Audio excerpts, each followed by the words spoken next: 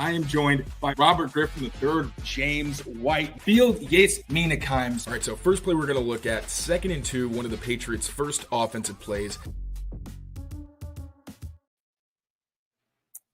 What's going on, everyone? Mike Kadlick, Tayler Kyles here for CLNS Media.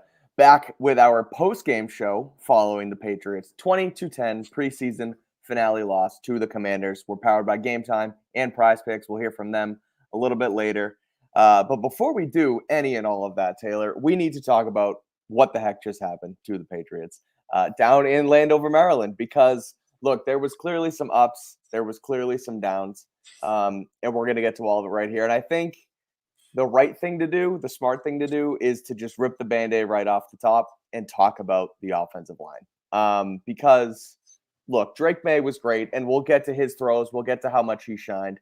But, you know, frankly, I personally, right, I don't think at this point what he does or what he doesn't do in his, development plan and the progression, it may not even matter if the offensive line can't do a dang thing for him in front of him. And, we've talked about it. It's been a topic of discussion for quite some time now, but we saw it firsthand tonight where, look, Drake Maye's out there and he's making plays, but the offensive line, it just doesn't do anything for him. And we're going to get right into it here, but, like, look, they started their first offensive line to start the first game, to start the first half. And in 6 drives, they allowed a sack. They had 2 bad snaps, a false start, 2 holding penalties, 3 illegal formation penalties, and then City So kicked Drake Maye's clean off. You also, on the sack, you had a tough mix-up where Layden Robinson gets pushed back right off the snap. City So's trying to kick out the tackle. Can't keep a clean pocket, and Jacoby Brissett goes down with a right shoulder injury. So, look, there have been times this preseason where the offensive line has looked okay and serviceable. Tonight was certainly not one of them. So I'll give it to you there. One of my top thoughts, though, was that ultimately, once again, the offensive line is going to be the Achilles heel for the Patriots in 2024. But what did you make of it tonight, Taylor? What do you have to say? Do you have any hope? Is there some Scott Peters magic that he can help us with? A strike system here, a strike there, an A12, whatever. Like, it wasn't good tonight, and I don't know how much better it can frankly get. I said in my notes that, like, you don't want to read too much into a preseason game, and I still think that's true. There's a long way to go. We've seen this team have some really ugly performances and then bounce back. Like we saw it against in that Eagles practice where they got flagged incessantly, then they were better in the next game. It's not a lost cause, but this was bad. Mm-hmm. Like, I've been someone who I don't think the offensive line is as bad as it's often made out to be. Also, I mean, that's kind of the nature of offensive line. I think it's a hard position to study. So when things look bad, it's kind of hard for people to really understand the context and all those things. Sure. But one like Chuks Okorafor, there are people who go their entire careers and never get flagged for illegal formation. Right. 3 times in one night is insane. Mm-hmm. Beyond unacceptable. Of course. And it nullified multiple significant big plays. Yeah. So that is just so bad. An interesting note on that too, I heard in the broadcast where they're trying to clean those up across the league. And you saw it a lot with like a guy, Jawan Taylor, I believe it was, with the Chiefs last year, where he lined up so far beyond the line of scrimmage and he would leave just a hair before the snap so he could basically already form the pocket behind Patrick Mahomes. And they said on the broadcast that the league office, the referees, have been contacting teams and telling them we're going to be very hard on this. So either the Patriots didn't relay that properly and it wasn't taken into the league, taken into account, and they said, look, still line up here, or they did do it and Okorafor just didn't listen. They didn't clean it up well enough. Yeah. And then after it happens once, they don't clean it up on the sideline and it happens again on the net. It's like there is, regardless if they took what the league office said about this, this illegal formation rule and say, no, you need to be X amount away from the center. They didn't clean it up right. And either Okorafor just didn't listen. And it like you said, the word is unacceptable because you can't, never mind once, you can't have that happen 3 times basically in a row like that. Yeah. Mike and William got called for it too. Yeah. So, there was something going around, but still 3 times it's ridiculous. Then you also had Layden Robinson getting called for a false start and holding. Yep. I'm trying to go through my list right now. Michael Jordan had a holding as well. and Michael Jordan, like just sloppy, man. You can't have this. We talked about it. The worst thing this offense can do is shoot itself in the foot with pre-snap penalties. Now, we did see from Drake Maye that you finally have a quarterback who's not like Mac Jones, who's not like Bailey Zappi, who's not necessarily even like Jacoby Brissett, where he has the mobility and the arm and the physical skill to be able to overcome some seemingly impossible situations. Like you saw in the 3rd and 14, where he just it's funny because you've seen that play so many times on his college tape where they're backed up inside their own 20 and the defense just freaking bails out or goes man coverage and leaves the middle of the field wide open, and he does that. So that was kind of cool to see. I'll stick to the offensive line, just wrap the ball on that. But, I mean, Nick Leverett also, the 2 bad snaps, getting destroyed in the ground game. Like, there were times he was getting blown off the ball, and we're talking about backups. And Nick Leverett is a virtual lock. I've never seen someone who I assumed would make an opening roster get destroyed or just embarrassed the way he did tonight. Again, against guys who I know he is a backup, but he's someone that you would think is, we talk about it, he's got the versatility. He's looked good for the Buccaneers, and you just don't expect that from someone like him. So that was disappointing. I would say he was the worst one on the offensive line today. And as someone who isn't a starter, obviously David Andrews is in there. That solves the snapping problem. Sure, that should clean up a bit for sure. Right. But one, it's still scary because now you don't have a single center that you can rely upon to not botch the snaps, because we've seen it from Leverett, we've seen it from Liam Fornadell, we've seen it from Antonio Mafi. Maybe Charles Turner might be the only center who we haven't seen botch a snap. Right, so quit hiding them like you were saying last week, right? I think he actually did. I think Charles Turner actually did get a penalty at some point tonight, but it wasn't a bad snap at least. You can't even blame them. They all did, right? You can't say him out. Like, And then City so obviously like steps on Mac's foot. He gets flagged for a penalty. Also, there were just multiple times where it looked like he was not in control on his reps in pass protection. One of them led to a hit on Drake Maye. City's had an up and down preseason. I really like him. I think he has a bright future, but he needs to cut the glaring losses because there's a lot of good tape, and then every once in a while it's just like City, yikes. And made even worse is the fact that he suffered a lower leg injury, didn't come back in the game. Obvious reasons, you don't want to take a chance, but they're already down Vidarian Lowe. That forced all this switch up where you had Mike Nwenu at right tackle. He didn't look very comfortable either, I thought, tonight. Now you're talking about potentially missing 2 guys that you wanted to start on the left side of your offensive line. And then Layden Robinson also had a really rough game today. Let me go back into my notes really quick, find out what he did wrong. So as you do that, I have a question for you, wanted to, before we it was kind of quick. I guess we're already 8 minutes into this thing, but you know, the offensive line was the mess, the story. You've been high on Scott Peters. I think a lot of people have been high on Scott Peters. There was a joke that I made too. I memed something about Dante Scarnecchia tonight, right? Like, somebody throw a bag at Scar, get him back here. Like, I don't think this is necessarily a Scott Peters problem. I think it's more of a personnel problem. But from your perspective, could this be coached out of them? Is this a coaching thing? Is this a personnel thing? Like, how do you see it through? Is it a little bit of both? Is it just guys trying to get on the same page and it's still too early in a system? Is it injuries? Because it's kind of everything, and it clearly showed that it's not right now. So the biggest issue tonight was penalties. Those can get fixed. We've already seen them get fixed, but it's a matter of, can you do it consistently? That's going to be a big test for Scott Peters, because we've seen a couple of times now where the discipline was not nearly where it needed to be. There were other things like Michael Jordan's holding penalty. That's a coachable thing. Like, he gets called, like they mentioned on the broadcast, the way that he did it, you know, he didn't need to, although the way that was described was absolutely crazy. I don't know what that official was on when he decided to describe it the way he did. But, you know, that's coachable. Layden Robinson, I think with the pull, for one, you know, that's something that maybe could get fixed. It looked like maybe he just didn't execute that the right way. Things like getting pushed back into City So for Layden Robinson, like, you know, you'd hope that you just don't want to get pushed back. That's kind of a pretty big part of offensive line play. I think a lot of this is coachable, and it's still very early. We're talking about an offensive line that's mixed guys around a ton. That's had guys in and out of the lineup. So, and I do think Scott Peters, he's been praised by people who have a lot of respect in this business.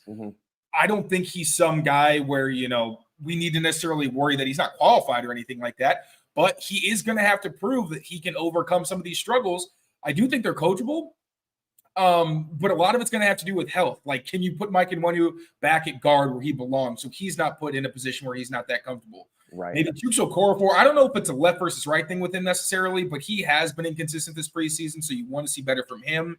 And then there's no even guarantee that Vidarian Lowe being in the lineup is going to fix everything, because obviously he's still a work in progress himself. It's the line, like you mentioned, has looked good at times this offseason.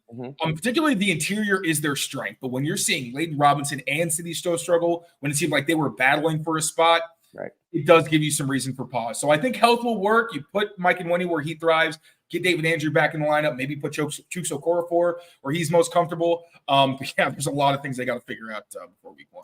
Some updates from Patriots post-game press conferences before we get into the Drake Maye stuff. Gerard Mayo says that the plan was always for Brissett to go 1 or 2 series, and that he could have gone back in the game if they wanted him to.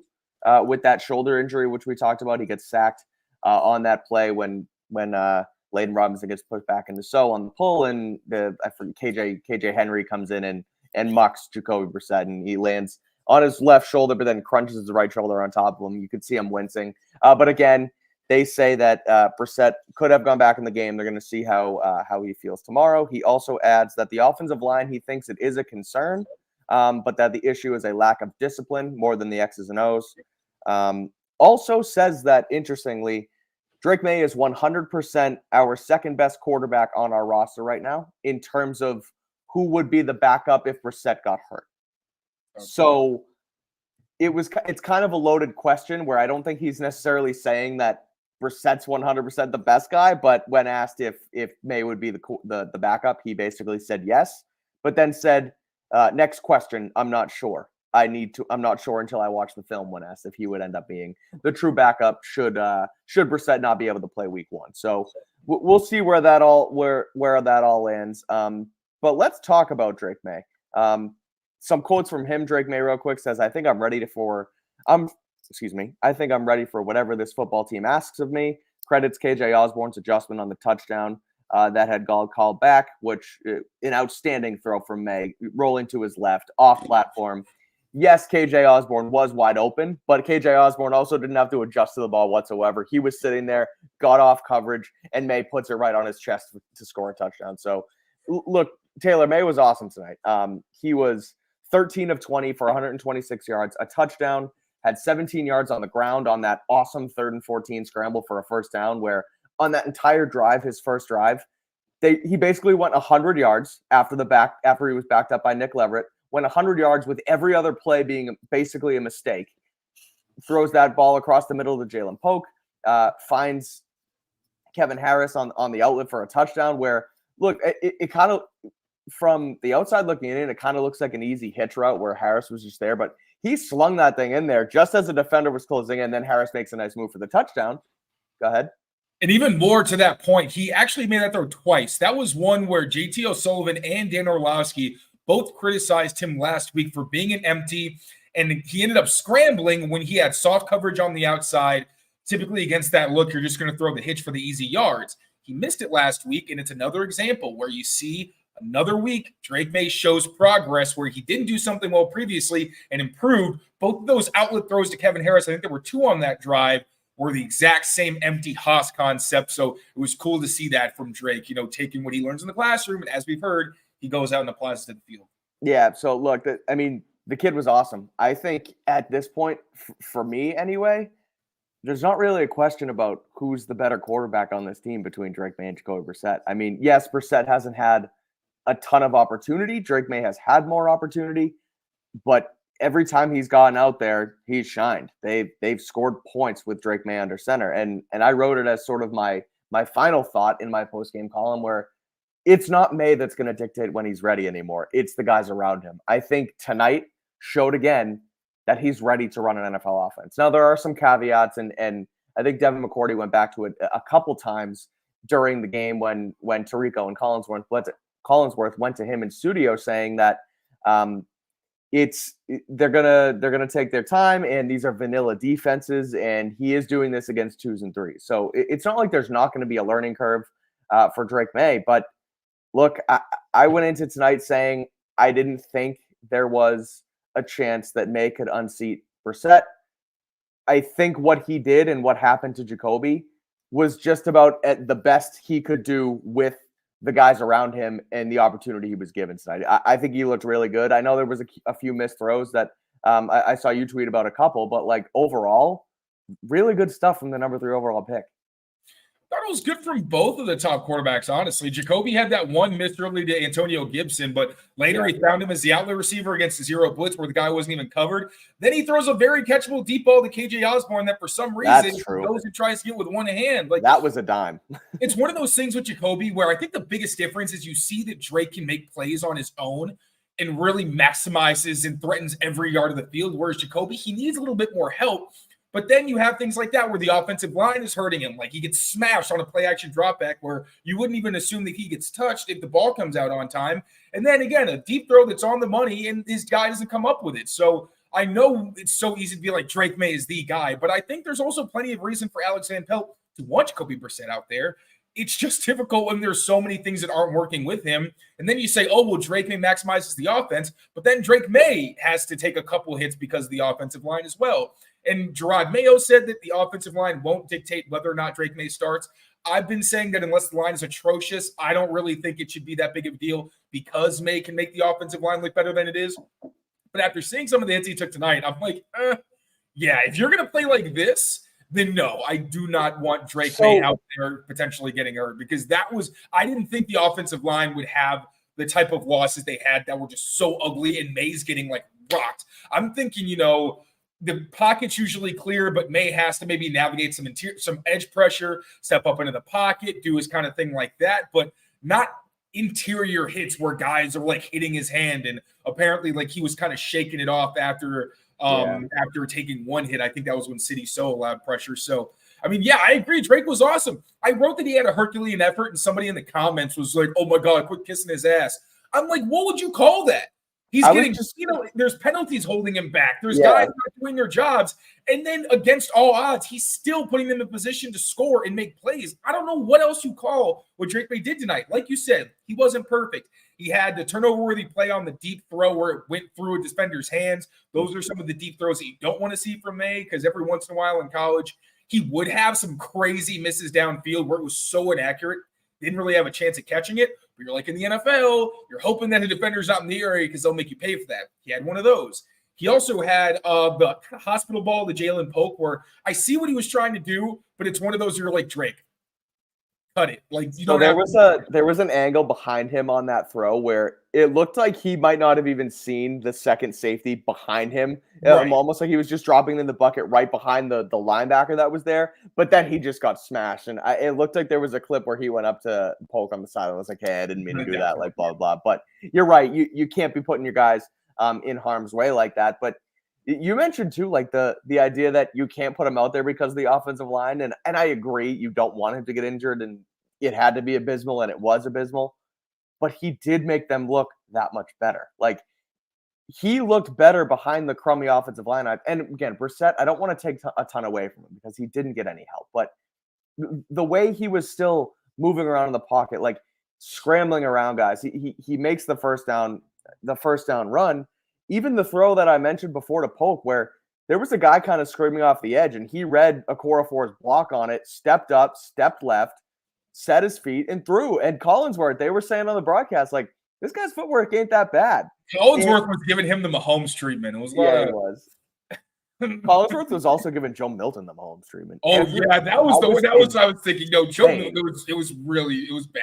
Yeah, and again, I like Joe Milton's throwing Ballard just as much as the next guy, but I mean, he's good. But there was a lot of throws where you saw Milton just buzzing the ball by guys. David Wallace couldn't catch the ball. Deshaun Fenwick couldn't catch the ball. It's like, yeah, it's really fun when Collinsworth told him he told Collinsworth he can throw it 95 yards in the air, but when you can't hit a 3rd and 3 dump off to your running back in the flat who's wide open to get a first down in the red zone, yeah, you maybe not be the best NFL quarterback. I like Milton. Where's Barth when you need him? Where's Barth when you need him? Exactly. All right. Anything more on Drake Maye before we move on to some the roster level guys? No. Thought it was an impressive performance from him. You saw everything I think you wanted to see. You also see some things you didn't want to see. Drake Maye, rookie year, whenever he plays, is going to be a roller coaster. You're just going to have to kind of take it because he's going to have to learn what he can and can't do. But I also think it's going to be a roller coaster where, especially long term, it does more good than bad as long as he's not under constant fire. And I do think that, the more experience he gets, the better he'll be. But do they have a real decision on their hands prior to week 1? Do they have a real decision on their hands prior to week 1? Or is it going to be Jacoby? I think it's Jacoby. Still? Tonight didn't change your mind. He didn't show enough. Like we said, he would have to be objectively terrible, and Maye would have to be phenomenal for him to start. I think we saw reasons why Jacoby would start, and we saw reasons why Maye isn't starting quite yet. Even though we love what we see. But also think about it. The coaching staff isn't going to see this and go, oh my God, I didn't know he could do that. They know. They've said it multiple times. They're like, yeah, we know he's talented. We get it. We want to make sure that he's in a good position to succeed, knows what he's going to be facing, and has the answers. He doesn't have those yet, so no, I don't think it's a controversy, especially with the offensive line, the way it looks right now. All right, we're going to move on to our roster bubble, guys, in just a second. But first, a quick word from our friends at Prize Picks. It's America's #1 daily fantasy sports app with over 5 million active members, and it's the easiest and most exciting way to play daily fantasy sports. Unlike other apps on Prize Picks, it is just you against the numbers. All you got to do is pick more or less on 2 to 6 player stat projections and watch the winnings roll in. Get in on the daily action with your friends and become of the Prize Picks community today.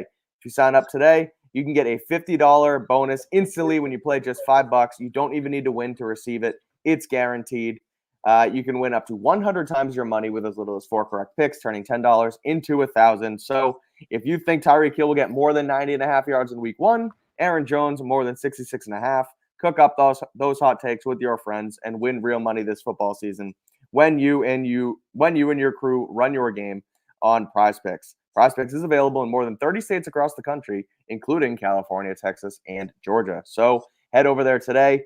Download the Prize Picks app and use code CLNS for a first deposit match up to $100. That is code CLNS on Prize Picks for a deposit match bonus up to $100. Prize Picks, run your game. See, somebody said my mic sounds watery. What does that even mean? I don't know. I think you sound fine. Taylor, you're drip too hard. Am I good? Yeah, I think you sound fine. All right, let's move on. Let's talk about that the old roster bubble, because I was writing my post-game column, and one of my points was that I started to write about Joe Giles Harris and the play that he made. And then I started to include Christian Ellis because he led them in tackles tonight with 11. I thought that both of those guys at that position we talked about prior to the game did enough to warrant themselves a roster spot. Now, unfortunately, Christian Ellis goes out with a head injury. I guess you don't want to assume concussion, but he sat on the ground for a while, or knelt on the ground for a while, was shaking his head. He might have known what was going on. They ruled him out pretty much immediately after that. But he finishes with 11 tackles, had a couple TFLs in there as well. I think he had a nice run stop at one point. And then Joe Giles Harris adds 5 tackles of his own, had another pass deflection, and also had the interception off of Jeff Driscoll. So 2 guys who we talked about Giles Harris on our pregame show, but that guy's just like a ball hawk. He's always around the football on that second level of the defense. And if Ellis didn't get hurt, you don't know what it's going to be. I don't think this is it didn't look like it was season ending or anything. I didn't know if it was a leg or something, the way he was kneeling down. I guess I don't want to say he's lucky that it was just the head, but it wasn't, anything structural, we don't think. So what did you make of Giles Harris and Ellis's performance tonight? 2 guys who are vying for those spots behind Tavai and Bentley. Making this tough, man. I know. They deserve, I think, both spots. Ellis, with his special teams value and the fact that he had the one screen that he read immediately and blew it up. He's made some plays like that this summer. They both have gotten reps with the top defense. Giles Harris defensively has made more of an impact, obviously, because you notice more when he's getting his hands on passes, picking things off. So they've both been really impressive.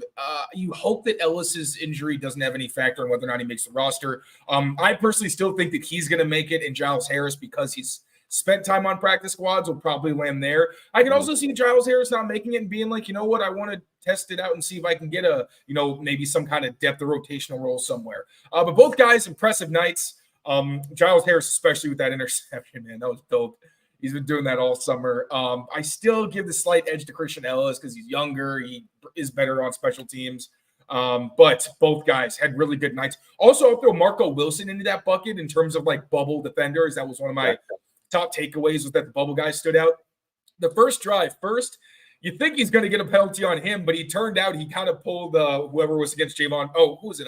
Freaking Keely Ringo. Shoved his guy out of bounds and getting an illegal touching penalty, then makes a tackle on 3rd and long to bring up a punt. He's someone who spent a lot of time opposite Gonzalez when the Joneses were out and obviously kind of rotating with Alex Austin. Alex Austin also looked like he had a breakup as well. So both those guys made some plays. But, I think those are two of the tighter position battles, I think, on the defensive side of the ball. And both guys made plays. Both guys at both positions made plays tonight that kind of, going to make it tough on the coaching staff when they try to trim these rosters down. Although I do think that Alex Austin and Marco Wilson are both going to make the final 53 if it gets there.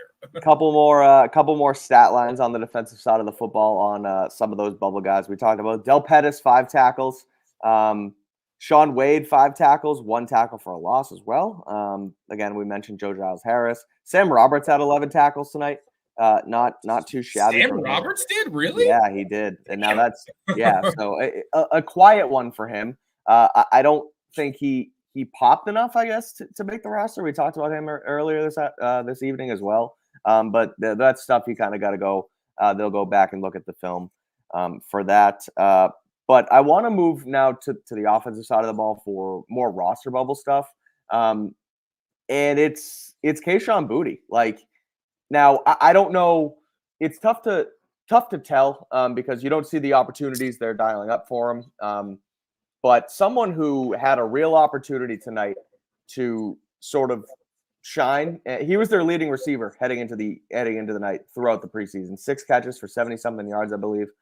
He was good through their first 2 games, and he has no catches on only 1 target. Now, look, my eyes weren't locked into Boutte the entire night, so I don't know if he's not getting off coverage. I don't know if quarterbacks aren't looking his way. There's a lot of stuff that goes into it, so I don't want to put it all on his shoulders. However, sometimes it's just how the cookie crumbles, and when you're going for a roster spot and you put up a dud, it's tough to make the team. So Jalen Reagor also out there not only on kick return, but on punt return as well. Thought that was interesting because he hadn't been taking a ton of reps at punt return. He'd been pop. The hell was that about? Okay, that's on my list as well. So let's get that out of the way because Demario Douglas being on punt return in the final preseason game is probably one of the crazier things I've seen covering sports so far. And that's maybe it's over exaggerating, but maybe it's not, because this is a guy who missed 3 games with a concussion last year. He missed time this preseason with a hand injury. He's you can call that relatively injury prone through your first year plus. He's small. Like, of an NFL career. He's small. He's 5'8", and he's your best player on offense, and you're going to run your offense through him, and you're putting him out there on punt return in a meaningless preseason game. Like, yes, do I understand that, maybe you want to see him getting reps there because you're going to throw him out there on punt return in the regular season? I guess, but that's what practice is for. That's not what the preseason's for. That stunned me. I don't know what they're doing. They would be kicking themselves right now if, God forbid, he ever got injured on that punt return rep. Yeah. I didn't understand it. I was like, is that pop? And then he didn't call a fair catch. Like, there's not like a whole lot I can say about it. I just thought it was a ridiculous decision for a guy, like you said, who has struggled to stay on the field, and all it takes is one. If it's a critical situation at the end of a gotta have it, type of game or whatever, sure. They used to do it with Edelman, where if it was a really important situation, then he would go in. But other than that, that was a weird decision. I would love to hear what the explanation is for that. Yeah, well, I don't know if anyone's asked anyone down in Washington or Maryland, wherever the hell they play, about it yet. But all right, also, he's left in a walking boot. Okay, that's interesting. He's walking, which I would say is a good sign. Yeah. All right, so what do you make of Boutte then? Am I overlooking it, the fact that he threw up a dud? Does that change his stance on the team? Because I guess you have to dive into the film a little bit more. You didn't see too much of it, but like. Okay, so I will say, quick thoughts. No, it's not great that he didn't produce in a preseason game where he probably was in pretty late. I wasn't really paying attention to Kayshon Boutte either. I'm not going to lie to you. I have nothing to really contribute on that. No, that's fine. I just don't want to push too hard. I would have liked to see him do more because you'd think that he'd be significantly better than the guys he went up against, but it could have been for so many different reasons. Joe Milton was under pressure all night. Bailey Zappi didn't really have a shot to do anything. So I really don't know, but I can say once I get to actually look at the tape. I was going to say that's why I added the caveat because, again, this guy could be wide open and Joe Milton's not fun to him, and you're going to cut this guy because he's getting – now, granted, it's their backups, but you're right. He's someone that was looking for a spot and has no catches on just one target. So we'll talk about game time really quick, and then – we're at 30 minutes. All right, we can put a bow on this this post-game show for the most part, but we have a couple and if you guys have any last minute questions while we're reading this, throw them in the chat. Because we'll talk about the kicking competition and a couple other things before we get out of here. But I was going to say a quick hitter, but it's already half hour, and that's how long we usually do them when we're at the stadium. So bonus content for the guys. But let's talk about game time. You could have gotten into tonight's game in Landover for as little as $6 if you were listening earlier. But now we got to head to the regular season, where I'm going to extend this ad read a little bit because I'm going to go to the Game Time app right now, and I'm going to look at the price for week 1 against the Bengals in Cincinnati. I don't know if you guys are heading on any road trips down to out to Ohio, but if you are, the Bengals versus the Patriots, you can get into that game for as little as $154, which it's a little bit different than $6 in a preseason game. But it's regular season. It's Joe Burrow. It's Jamar Chase, who practiced today for the first time, might I add. So that's going to be a fun one. Maybe it's Drake Maye under center for the Patriots. You never know. But head over to the Game Time app. You can get super deals, amazing deals, all sorts of deals, great deals as well. And I'm not just saying that to pump these guys up. That's literally what they're called on the app. Game Time also has what they call Game Time Picks, which filters out the fluff to show you only the incredible deals on great seats, so you don't have to waste time searching through thousands of tickets. Taylor went to a concert this week. Brian Hines went to a concert this week. You don't just watch sports on Game Time. You can get into the concert shows and everything else as well. So head over there today. Take the guesswork out of buying concert tickets with Game Time. Download the app, create an account, and use code CLNS for $20 off your first purchase. Terms apply. Again, create an account and redeem code CLNS at Game Time for $20 off. Download Game Time today. Last minute tickets, lowest price guaranteed. All right, to kind of put a bow, I know we can look at the comments as well. We have 1,600 of you out here tonight at midnight. So we have crazy people, awesome people. We appreciate the support. And I do love, I will say, Taylor, and Mike Tirico talked about it a few times during the game with the Brady ceremony and how cool it was and how it was a sold-out stadium and the Crafts did a great job and the Belichick ovation and all this stuff. Like, Patriots fans, this is why I love covering this team so much. This team has sucked for the last couple of years. I'll just be blunt about it.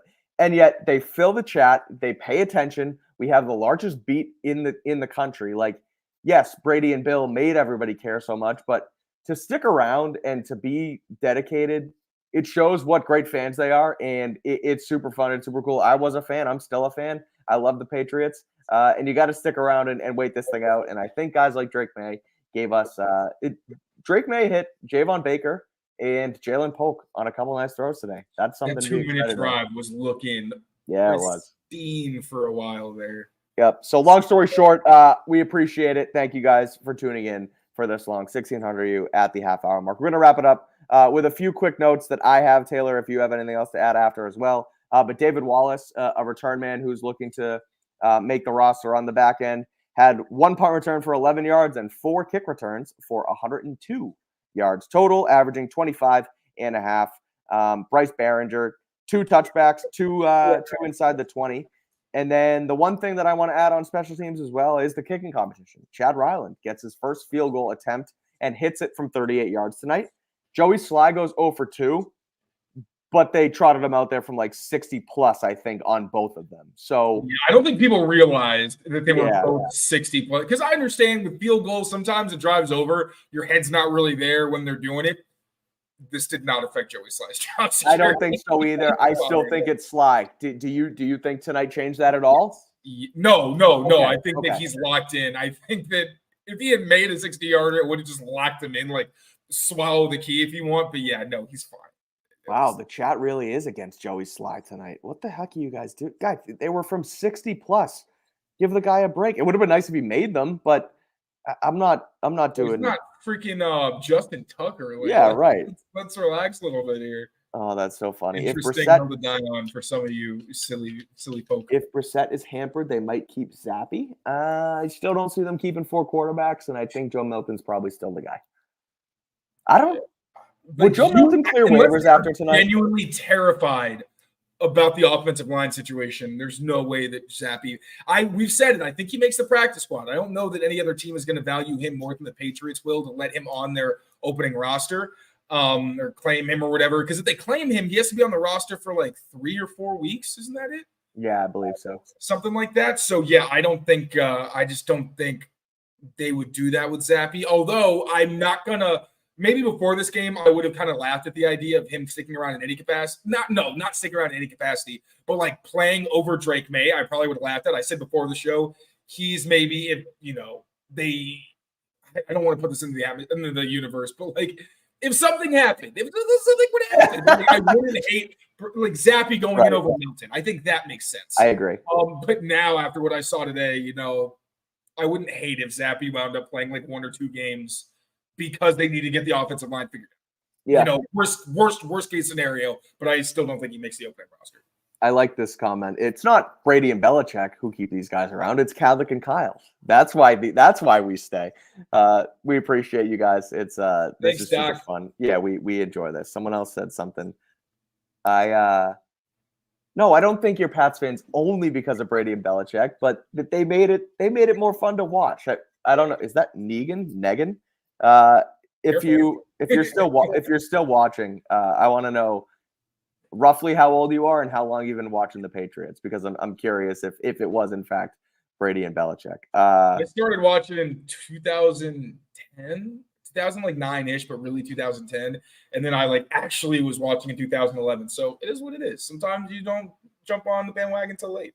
I remember I remember watching the 2001 Super Bowl very, very vaguely. My parents had a party. I was 4 years old running around. The Patriots were in the Super Bowl. I didn't know they won, but I vividly remember bawling my eyes out in 2007, 2008 when they lost the undefeated Super Bowl. All my friends were over. My parents let me have a Super Bowl party, and I was just devastated. How could they lose? How could they? Yeah, it wasn't fun. Okay, this is a deep cut. Remember the Disney Channel games? Oh yeah. Oh shit. Yeah. So in 2007, I did not care about football. I remember my dad had all these people over, and they were downstairs. They're eating snacks and everything. I went downstairs. I'm look at these buffoons. I just go, I get my food, and I'm losers. I'm gonna go watch the Disney Channel games, which is just crazy to think about. Obviously, that's so funny. However many years later, but yeah, I could not have cared less. I was I got my Disney Channel. I don't need any of this this violent sport. That's so funny. Wait, this is fun. The chat's going now. Bledsoe was fun to watch in the 90s. I would love to watch Joe. Joe Bledsoe is okay, maybe not Joe Milton. I think Joe Milton has the best arm I've ever seen. But Bledsoe was the guy slinging rockets 50, 60, 70 yards downfield on a dime. I would have loved to watch Joe Bledsoe. Jason is 21. Earliest memory is the undefeated years. Okay, not bad. But again, I never knew the bad Patriots. I remember I saw Matt Damon and Casey Affleck are going on their media tour to tout this new Instigators movie they have on Apple TV, and they keep talking about the Patriots. And Matt Damon was making fun of someone saying, you didn't, you're only a newbie Patriots fan, and you didn't know the bad years, so you don't know how to handle these bad years again. And that's why I'm kind of curious, because Jason, just like me, I never knew the bad Patriots, so this is all new. 50 watching for as long as I can remember. Okay, this guy knows the bad years. 22, early 2010s, Brady Bill. Yeah, so again, nobody. 51.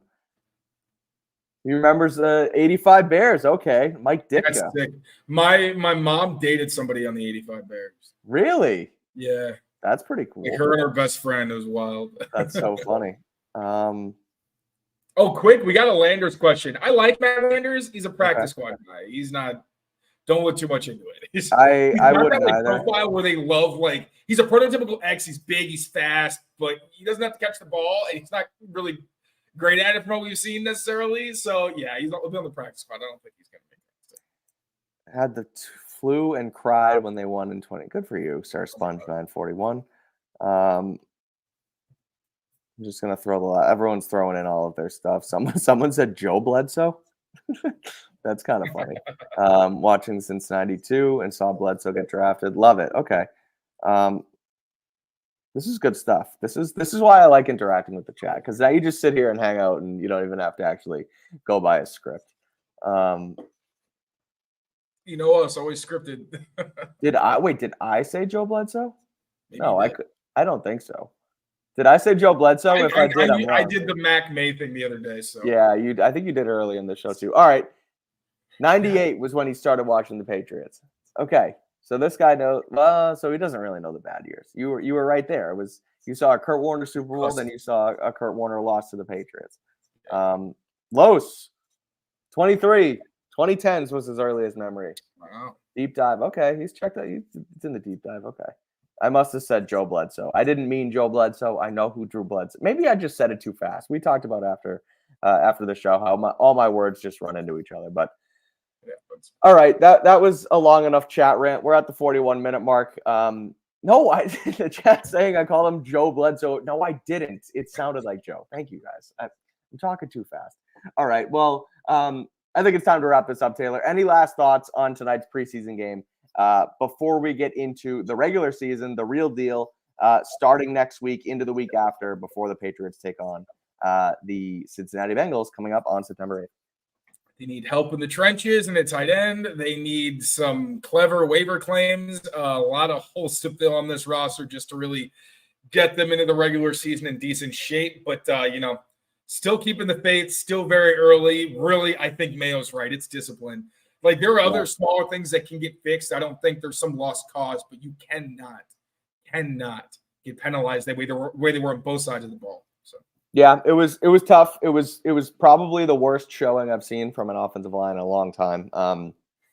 I think in that Tuesday preseason practice against the Eagles, it was execution problems, and tonight it was penalties.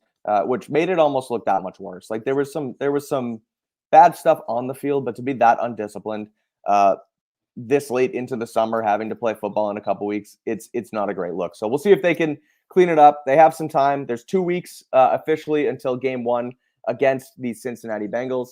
The Patriots, they also, along with the rest of the NFL, have to get their roster down from 90 to 53 players by Tuesday at 4 p.m. So we'll have you covered here on Patriots Press Pass, as well as CLNSmedia.com with coverage throughout the rest of the week as roster cuts come. Patriots are back on the practice field on Wednesday afternoon, where we will see their first practice with not only their 53-man roster, but also their practice squad filled out. So we'll see who clears. We'll see who comes back. But again, we'll let you guys know what's going on and when we'll be back here on the channel. So 1,700 people past midnight on a Monday night. Guys, people got to work tomorrow, and they're still up watching. We're supporting the Patriots, supporting us. We appreciate you all. This was fun, Taylor. Thanks for joining me again.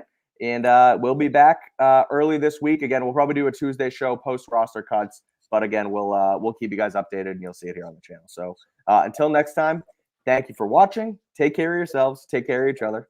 Take care of I got to redo that because I'm talking all over myself. Take care of yourselves. Take care of each other. And we'll see you next time. Peace, y'all. What was this?